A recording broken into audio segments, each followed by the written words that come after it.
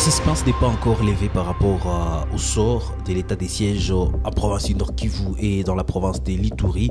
Il faut le dire qu'au-delà des accords signés entre le gouvernement congolais et plusieurs institutions aussi régionales, des institutions internationales, la solution n'est pas encore relevée. À Kinshasa, hier, c'était donc une réunion informelle de cadres des institutions de la République démocratique du Congo. On peut espérer avoir déjà des solutions ou avoir également un point de vue du chef de l'État congolais qui devra donc décider par rapport à l'avenir de l'état des sièges. Il s'agit donc de trois possibilités: la requalification, la levée de l'état des sièges ou le maintien de l'état des sièges dans cette période où la République démocratique du Congo est en train d'observer un processus électoral et les élections prévues donc en décembre 2023. Nous allons en parler dans l'actualité du jour. Et puis également nous allons nous rendre à Lubumbashi où le général Christian Chiwewe, le commandant des forces armées de la République démocratique du Congo, séjourne dans la province qui préfère dans une communication adressée à ces éléments dans cette partie de la République démocratique du Congo. Le général Christian Chiwewe appelle les forces armées et la police à ne pas s'ingérer dans la question de l'exploitation minière. Et nous allons y revenir dans une vidéo vraiment que vous allez suivre dans l'actualité du jour. Également, l'autre question qui va nous intéresser, c'est par rapport au procès de Augustin Matata Mpogno qui était devant la Cour constitutionnelle. C'était donc hier. Déjà, son procès a été renvoyé au 4 septembre. Nous allons donc suivre ces dossiers. Nous allons en parler également dans l'actualité du jour. Mesdames, messieurs, vous êtes nouveaux sur la chaîne Kivu Morning Post. N'oubliez pas de vous abonner. Moi et vous, on se retrouve dans la deuxième partie de cette vidéo. La semaine passée, s'est tenue la table ronde sur l'état des sièges. Des propositions ont été données. Le Premier ministre qui présidait cette table ronde a reçu de part et d'autres des recommandations de la population, on l'espère. Déjà, vous le savez, le Premier ministre a présenté ses rapports au chef de l'État congolais. Je ne vous en dis pas plus, suivez cette vidéo. Le Premier ministre qui présente les recommandations de la table ronde sur l'état des sièges. Nous avions clôturé le mercredi 16 août les travaux de la table ronde sur l'état de siège dans les provinces de l'Ituri et du Nord Kivu, travaux qui avaient été ouverts par son Excellence Monsieur le Président de la République et qui se sont tenus à son initiative.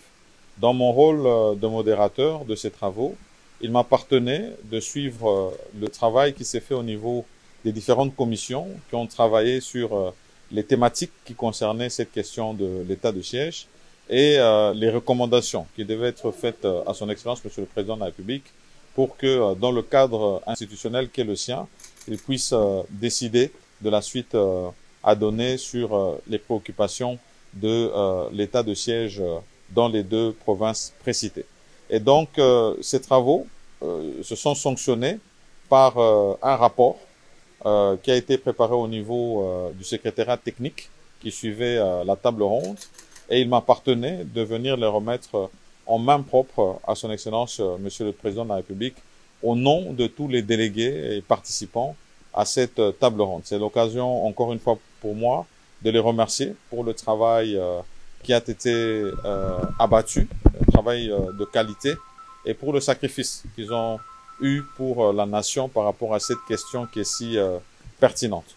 Pour le reste, le Président de la République qui avait déjà donné ses recommandations au moment où ces travaux débutaient, a accueilli ces recommandations et a remercié aussi par la même occasion tous les participants à cette table ronde. Les cadres, le responsable des institutions de la République démocratique du Congo dans une réunion informelle consultée pour parler de la sécurité à l'est de la République démocratique du Congo, des accords signés, des accords régionaux signés avec différentes institutions internationales pour essayer de contenir cette guerre qui n'a pas encore dit son dernier mot dans la partie est de la RDC. Les condensés ou les contenus de la réunion tenue avec les chefs de l'État congolais Félix-Antoine Tshisekedi et différents cadres des institutions de la RDC. Voici donc ce qui a constitué le contenu de cette réunion.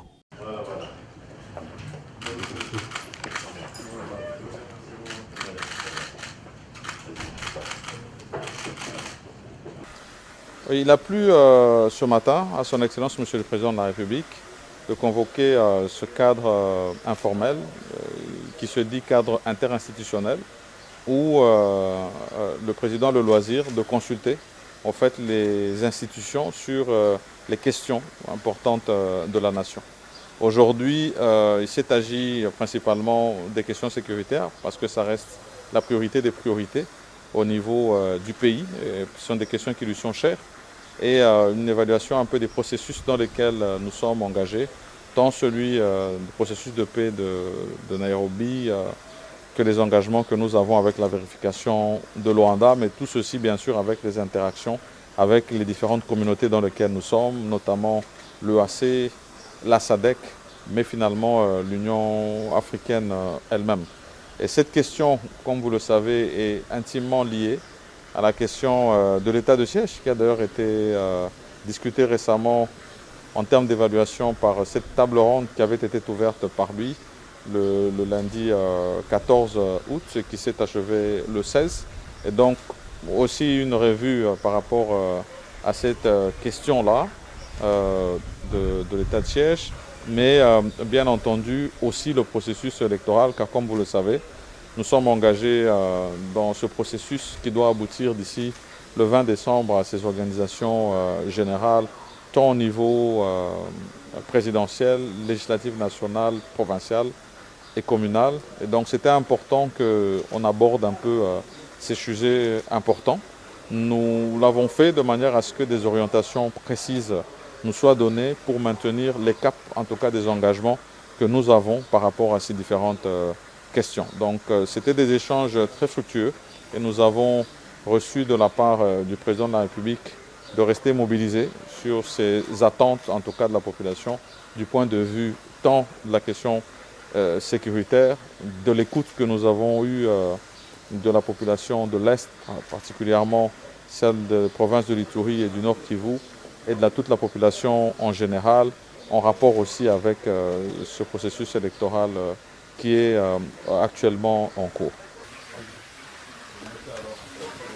Parlons d'une autre question d'actualité. Bien évidemment, on va parler de ce procès de l'ex-premier ministre congolais Augustin Matata Mponyo qui était déjà hier devant la Cour constitutionnelle.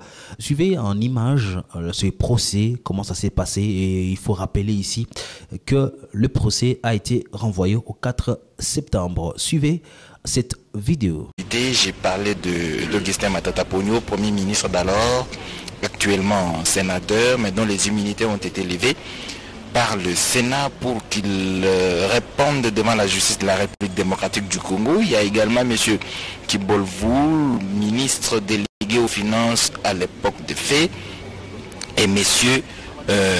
Kobler, directeur général de la société Africom Commodities. Alors en ce moment-là, les avocats d'Augustin Matata Mponyo avaient soulevé l'exception d'incompétence de la Cour constitutionnelle, évoquant le fait que l'article 164 qui érige la Cour constitutionnelle en... Le général Christian Chiwewe, le commandant des forces armées de la République démocratique du Congo, séjourne au Katanga. Il a eu à tenir plusieurs réunions et plusieurs rencontres, mais il faut le dire, devant les militaires FARDC et la police, le général Christian Chiwewe a appelé aux éléments des forces armées de la RDC, de la police, de ne pas donc s'ingérer dans la question de l'exploitation minière par exemple. Également, il a dit qu'il a présenté la nouvelle tenue militaire des forces armées de la République démocratique du Congo, des tenues qui seront donc distribuées pendant qu'il sera encore dans cette province à Cuprifer. Suivez pour plus de détails ces commentaires. En mission de commandement et de contrôle à Lubumbashi, dans la province du Haut-Katanga, le chef d'état-major général de FARDC a présidé ce lundi 21 août 2023 une parade mixte FARDC, police nationale congolaise, au commandant Vang. À cette occasion, le lieutenant général Thio Esungé Sacristian s'est adressé aux militaires et policiers réunis à la parade de ces camps militaires. La loyauté, le patriotisme ainsi que la discipline militaire ont constitué le point clé de son adresse. Par ailleurs, le chef d'état-major général a de nouveau interdit toute présence des militaires de cette partie du territoire dans les carrés miniers, mais également dans la protection des Indo-Pakistanais. Le général Thio a également présenté aux militaires la nouvelle tenue de combat des FARDC qui sera dotée bientôt dans la garnison de Lubumbashi et a appelé les policiers et militaires à une franche collaboration. Le patriotisme, la loyauté. Et les soldats, et les policiers, et Seigneur d'abord pour renouveler loyauté la mission envers le commandant suprême. Parce que tous les patriotes, nous prenons mon salaire à soldat, mon salaire à police, et Seigneur de protéger la population. Et ça parmi la mission, voilà la mission. Yami Bale, la ligne na makambo etali discipline. Le littoral militaire, Azawena, le corps fingu, ya commandant, soki commandant, au moni soldat, indiscipliné, opinion na unité, au moni que, Azole Isaka. Ba owana soki bokangi, kene kotika bango na auditorat militaire. Na lingite soki na kei, sima na ngai, na yo karo, basoda baza na mine. Batik a mine, la police de mine. Totosa, teri owana bolati. Eza ya mokonzi ya mboka. Atindi mutu moko te na kalemini. Bolongo la basoda na bino na ba mine. Un défilé militaire a sanctionné cette causerie morale. Messieurs et dames, fin de l'actualité du jour. Merci à vous de l'avoir suivi. Merci à Echid Masirika qui a été derrière la caméra. Blaise Bassabo se vous retrouve très prochainement pour un autre numéro. Portez-vous bien.